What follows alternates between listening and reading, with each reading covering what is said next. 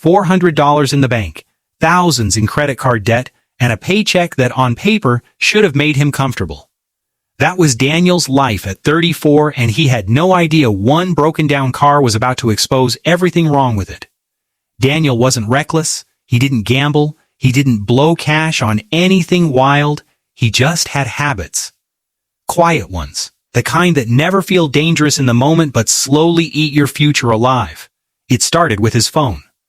Every Sunday night, Daniel would scroll through his bank app for maybe 10 seconds, see a number, and close it without really looking.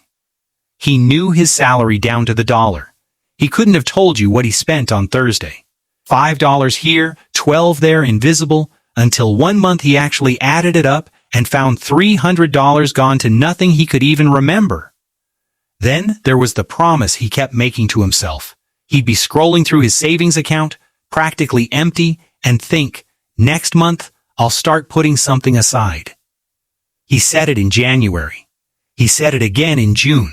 By the time he said it a third year in a row, he stopped even believing himself when he said it. His income grew too, a raise here, a bonus there. But every time it did, so did his life.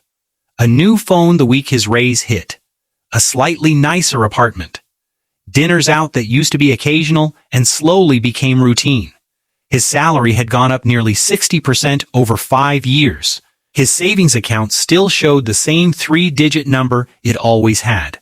He wasn't ignorant about debt either, or so he told himself. He paid his credit card every single month, right on time, just never more than the minimum.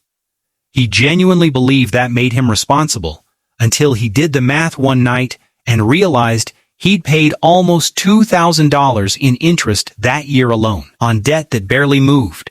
Investing scared him. Not because he tried and failed, because he'd never tried at all.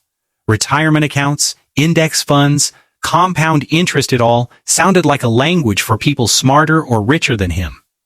So he closed the tab every time and told himself he'd learn it eventually. He compared himself to everyone too.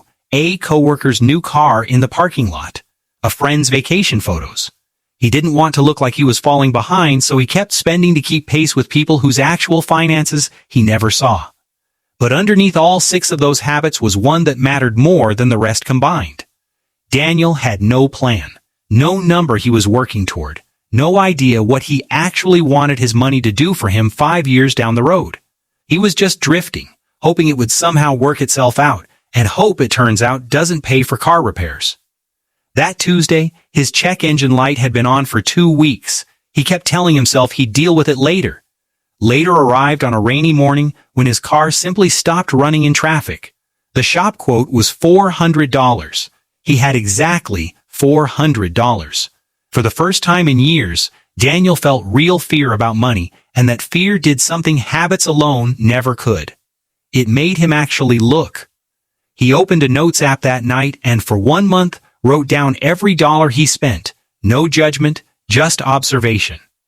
The forgotten subscriptions alone were bleeding nearly $300 a month. He canceled what he didn't need and set up an automatic transfer of $50 a week, small enough he'd barely notice it leaving, consistent enough to add up. He stopped paying the minimum and threw every spare dollar at his highest interest debt first. Progress was slow. Some months barely moved at all. But 6 months in, he had his first real emergency fund. A year in, the credit card debt was gone. 18 months in, he opened a retirement account and finally understood what compound growth actually meant over time, not as a concept, but as something happening in his own account. 2 years after that rainy morning, Daniel wasn't rich. He hadn't found a shortcut. But he had something he'd never had before.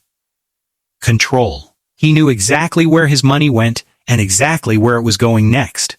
Most people don't lose their financial future in one dramatic moment. They lose it slowly, one quiet habit at a time, and they build it back the exact same way. So tonight, before you do anything else, open your bank app and actually look at your last 30 days. Not to judge yourself, just to see it.